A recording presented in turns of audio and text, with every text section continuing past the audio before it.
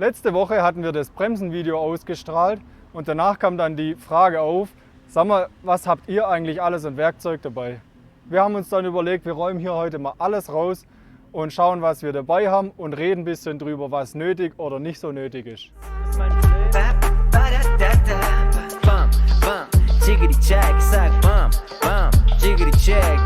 Ist der Rhythmus meines Lebens. Herzlich willkommen bei Apple on the Road. Ich bin der Christian und ich habe jetzt erstmal eine Frage an all die Schrauber da draußen.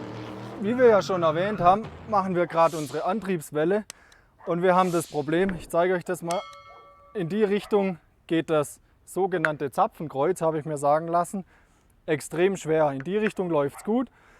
Und ich bin jetzt gerade dran, Neuteile zu besorgen. Wie es aussieht, kriege ich die wohl her. Die kommen dann aus Brasilien. Und wir bekommen jetzt aber im Moment das hier nicht ausgepresst. Keine Ahnung, wie man das nennt. Also wir haben es schon mit dem Wagenheber versucht, mit Nussen und das rauszupressen. Aber wir kriegen das einfach nicht raus. Wenn ihr da eine Idee habt, wie wir das hier machen können, wäre nett, wenn ihr uns das unten reinschreibt. Aber jetzt nehmen wir mal den ersten Koffer und gehen nach vorne. Da haben wir nämlich was vorbereitet.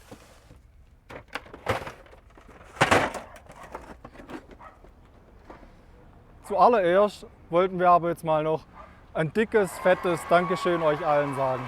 Wir haben vor circa 14 Tagen die 1000 Abonnenten-Marke geknackt und das ist für uns echt ein richtiger Meilenstein. Wir arbeiten inzwischen seit ungefähr 2 Jahren an dem Kanal, haben über 60 Videos drauf und haben einfach immer auf das Ziel hingearbeitet, einfach mal die 1000 Abonnenten zu erreichen. Also dickes Danke dafür. Wir haben uns dann überlegt, was könnten wir denn machen, um uns ein bisschen oder um uns bei euch zu bedanken und einfach auch um die Informationen, die immer mehr werden, ein bisschen zu sortieren. Wir haben uns dann hingehockt und haben eine Webseite entworfen. Darauf findet ihr alles über das Auto, über uns, natürlich auch über die Werkzeuge, über Camping allgemein. Schaut da unbedingt mal rein, ich verlinke es euch unten. Aber jetzt auf zum Thema. Wie ihr seht, schleppen wir tatsächlich jede Menge Zeug mit uns rum. Wir wollen jetzt mit dem Video nicht sagen, hey, das ist alles Zeug, das müsst ihr unbedingt dabei haben und auch mit euch rumschleppen. Es war einfach für uns klar, wir sind in einem alten Auto unterwegs, da können Sachen kaputt gehen. Wie wir im letzten Video gesehen haben, gehen auch Sachen kaputt. Und wir haben dann gesagt, wir nehmen lieber mehr Platz in Anspruch für Werkzeuge, dafür weniger für andere Sachen und es ist halt auch immer eine Gewichtsfrage. Ich fange jetzt mal an mit den kleinsten Sachen. Das sind so ein bisschen unsere Schraubenzieher und so. Also bei den Schraubenzieher, klar, ihr braucht Kreuzschlitz und ihr braucht Schlitzschraubenzieher. Nehmt euch da auch ruhig 1, 2 Schraubenzieher mehr mit, weil man benutzt die oft für Sachen, wo sie nicht geeignet sind und dabei gehen sie dann einfach kaputt. Also eigentlich wollte ich immer einen Schraubstock haben irgendwo am Auto, das hat sich aber einfach nie ergeben und wir haben wenigstens so eine kleine Schraubzwinge dabei. Die ersetzt den Schraubstock nicht 100%ig, aber sie hilft einem schon mal ungemein, wenn man kurz irgendwo was festmachen muss, irgendwas halten muss oder einfach beide Hände für was anderes braucht. Kleine Schraubzwinge unbedingt mitnehmen. Ganz hilfreich ist dann auch so eine Klemmzange, die einem Sachen einfach kurz festhält. Und was wir richtig oft brauchen, ist die Wasserpumpenzange. Also die gehört auf jeden Fall auch in jedes Sortiment. Weiter haben wir dann hier noch ein bisschen Beißzangen und so drin, Messer. Ganz wichtig sind auch, dass ihr 1, 2 Hämmer dabei habt, falls ihr mal was hämmern müsst. Und ja, das ist eigentlich zu den kleinen Sachen. Ihr könnt noch feilen, raspeln, man kann noch ganz, ganz viel mehr mitnehmen. Aber das sind so die Grunddinge, die man auf jeden Fall dabei haben sollte. Hier in der Kiste haben wir eigentlich alles, was so ein bisschen größer ist oder gröber.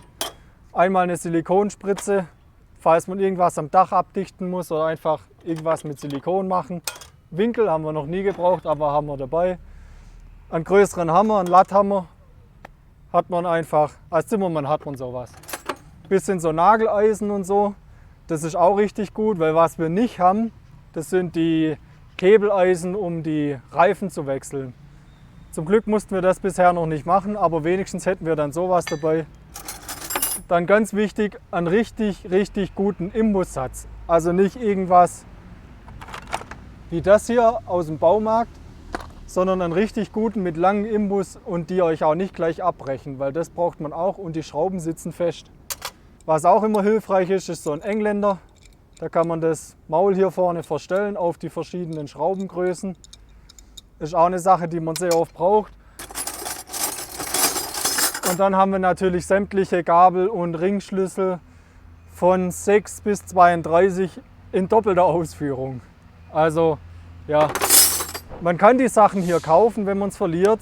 Aber das Blöde ist einfach, wenn man irgendwo in der Pampa ist und schraubt, der 10er Schlüssel irgendwie im Sand verliert oder in der Wiese verliert und man keinen zweiten hat, ist das einfach super und deswegen haben wir das nochmal doppelt dabei.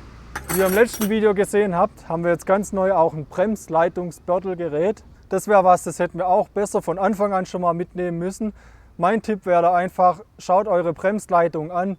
Wenn die sowieso nicht mehr so gut aussehen, aber noch gut genug sind, dass ihr nicht alle neu machen wollt, schafft euch so ein Ding an. Hat, glaube ich, 20 € gekostet. Funktioniert einwandfrei und wenn ihr unterwegs eine Bremsleitung bördeln müsst oder eine neue reinmachen müsst, habt ihr das dabei und ja, das braucht nicht viel Platz, ist super praktisch. So, wenn ihr ein bisschen Platz in eurem Auto habt und euch ein bisschen Luxus gönnen wollt, schaut, dass ihr euch ein paar Akkugeräte mitnehmt. Also wir haben da verschiedene Sachen dabei. Einmal eine Flex, um Sachen abzuschneiden oder auch Sachen, die verrostet sind, sauber zu machen. Dann einen etwas größeren Schlagschrauber zum Räder wechseln oder zum irgendwelche Schrauben aufmachen. Super praktisch. Was unbedingt dazugehört, ist ein ganz normaler Akkuschrauber. Es gibt immer irgendwo eine Schraube, die man raus oder reindrehen muss oder irgendein Loch, das man bohren muss. Und da haben wir noch so einen kleinen Schlagschrauber, der war einfach in dem Set dabei. Ich würde euch empfehlen, wenn ihr sowas noch nicht habt und anschafft, oder auch schon Geräte habt, egal welche Marke, schaut, dass ihr bei einem System bleibt, dass die Akkus auf all eure Geräte passen. Das hat einmal den Vorteil, ihr braucht nicht verschiedene Ladegeräte mit euch rumschleppen. Und das, was immer als erstes kaputt geht, sind die Akkus. Also die Geräte sind immer das Günstige, die Akkus sind das Teure. Und wenn ihr viele Geräte für die gleiche Akkusorte habt, lohnt sich das immer, nochmal in einen neuen Akku zu investieren. Also bleibt da bei einer Sorte. Und dann habt ihr auf jeden Fall jede Menge Freude damit. Mir hilft es ungemein und ich arbeite ungemein gern mit Akkugeräten, weil einfach alles viel leichter geht. Was wir auf jeden Fall immer mitnehmen würden, egal ob neues Auto, altes Auto, kleines Auto oder großes Auto, das ist ein vernünftiger Nussenkasten. Es muss jetzt nicht unbedingt sein, dass ihr einen in der Größe euch anschafft. Ich finde bei dem einfach super praktisch, dass da wahnsinnig viele Sachen drin sind, die man sonst extra kaufen müsste oder einzeln mitnehmen müsste und so selten braucht, dass man sie halt dann ständig sucht. Das Gute bei dem ist, er ist schön kompakt, er passt in jede Ecke und er hat einfach von allen Nussen, auch längere Nussen, Gelenke und so alles drin und Ratschen in verschiedenen Größen.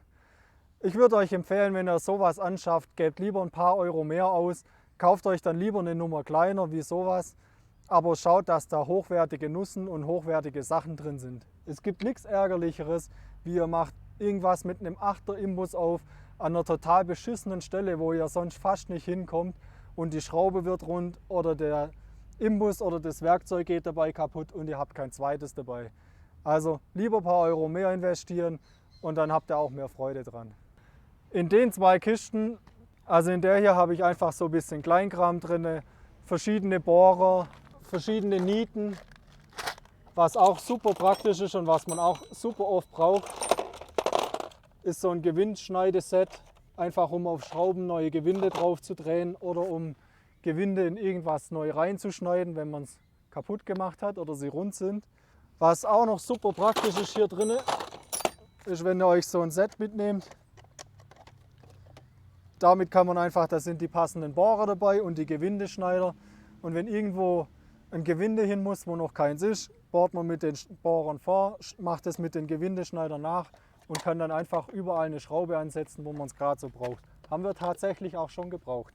In dem Koffer hier habe ich alles, was so Sprühöle, Farben, Silikone, super praktisch ist, wenn man auch ein bisschen Loctite immer dabei hat, wenn man Schrauben aufmacht, die durch Vibration sich wieder ausdrehen können oder wenn man Schrauben rausmacht, die man nie mehr rausmachen möchte, kann man die verschiedenen Loctites benutzen.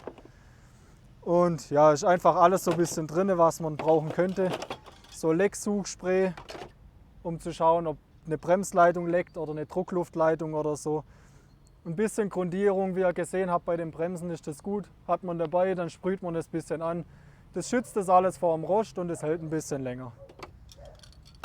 Ja, das ist das, was wir hier drin haben. Jetzt schauen wir uns mal noch den Rest so an, was wir so mit uns rumtragen. Wir haben natürlich alle Sachen dabei, um mit Druckluft irgendwelches Zeug zu machen.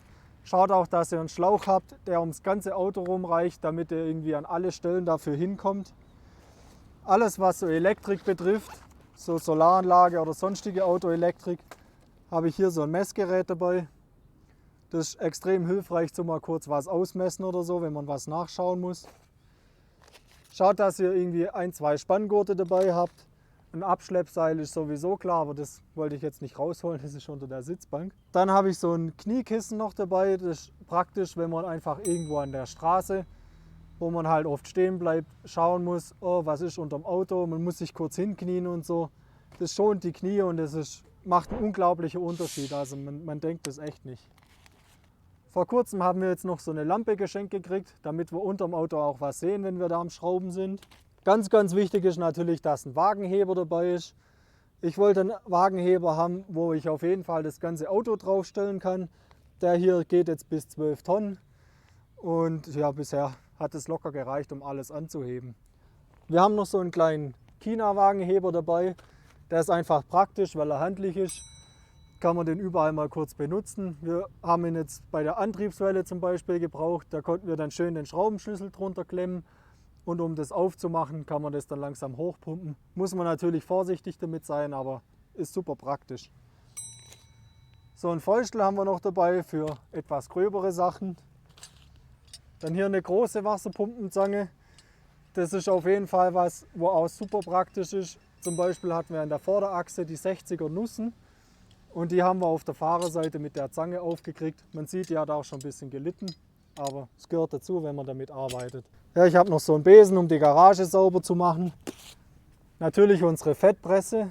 Bei uns steht im Wartungsintervall, dass wir alle 1000 Kilometer abschmieren müssen. Das haben mir jetzt schon ein paar gesagt, dass das echt ein bisschen zu oft ist. Ihr könnt uns ja gerne mal in die Kommentare schreiben, ob ihr da irgendwas wisst, was da ein vernünftiger Intervall wäre. Weil alle 1000 Kilometer kommt uns wirklich auch oft vor. Hier haben wir noch unsere Niedzange drin, wenn man mal irgendwas kurz irgendwo rannieten muss. Und natürlich eine Wasserwaage, damit wir auch immer schön waagrecht stehen. Ja, soweit heute mal zu den Sachen, die wir dabei haben. Es ist jede Menge, wir haben auch das meiste davon schon gebraucht. Aber schreibt uns mal bitte in die Kommentare, was ihr so dabei habt, was sich für euch als super praktisch erwiesen hat oder was ihr auf so eine Reise auf jeden Fall mitnehmen würdet. Abonniert den Kanal, damit ihr keine Schraubervideos oder auch solche Informationsvideos mehr verpasst und schaut auf der Webseite vorbei, da haben wir euch alle Werkzeuge und alles verlinkt. Da könnt ihr durchstöbern oder euch Ideen holen, wie ihr wollt. Liked das Video, damit wir wissen, ob euch die Videos in die Richtung gefallen, oder schreibt uns mal in die Kommentare, was ihr gerne wissen möchtet oder worüber wir mal ein Video machen könnten, was so ein Thema wäre, wo euch interessiert. Vielen, vielen Dank fürs Zuschauen. Ich freue mich aufs nächste Mal. Wir sehen uns.